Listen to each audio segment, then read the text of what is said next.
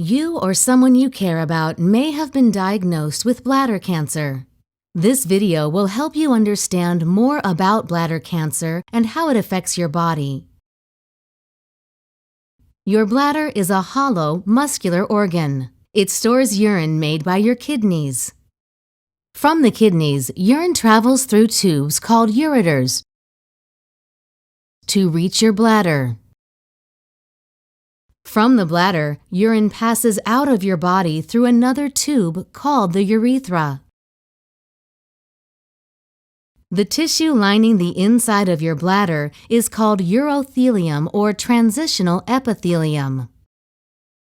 The most common type of bladder cancer, called urothelial carcinoma or transitional cell carcinoma, begins in this layer. Here, normal cells change into abnormal cells called cancer cells.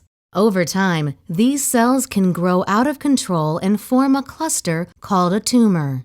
There are two types of urothelial or transitional cell carcinomas based on how they grow. A papillary carcinoma grows in toward the hollow center of the bladder, and a flat carcinoma does not grow in toward the center. Flat tumors are much less common, but they are more likely to spread deeper into the bladder wall. Bladder cancer may have the following symptoms: blood in your urine, feeling an urgent need to urinate, having to urinate more often, pain while urinating, straining to urinate, and lower back pain. It's important to know that other health problems may cause these symptoms as well. Cancer staging is the process where your doctor figures out if your cancer has spread, and if so, how far. Stage 0 refers to either a papillary carcinoma or flat carcinoma in situ that is only on the surface of the inner lining of your bladder.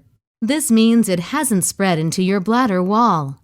In stage 1, the tumor has grown deeper into the lining, but not into the muscle layer. In stage 2, the tumor has invaded into the muscle layer. In stage 3, the tumor has grown through the muscle layer of your bladder wall and may have spread to nearby organs and lymph nodes. Finally, in stage 4, the tumor has spread to any of the following: the wall of your pelvis or abdomen, or to at least one set of distant lymph nodes, or a distant organ such as your liver or lungs. A number of risk factors may raise your risk of bladder cancer. The most important risk factor is smoking.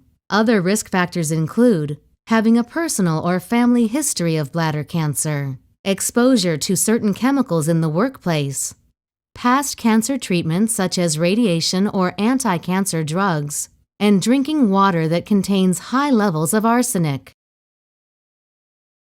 As you deal with a diagnosis of bladder cancer, continue to talk to your doctor and your cancer care team.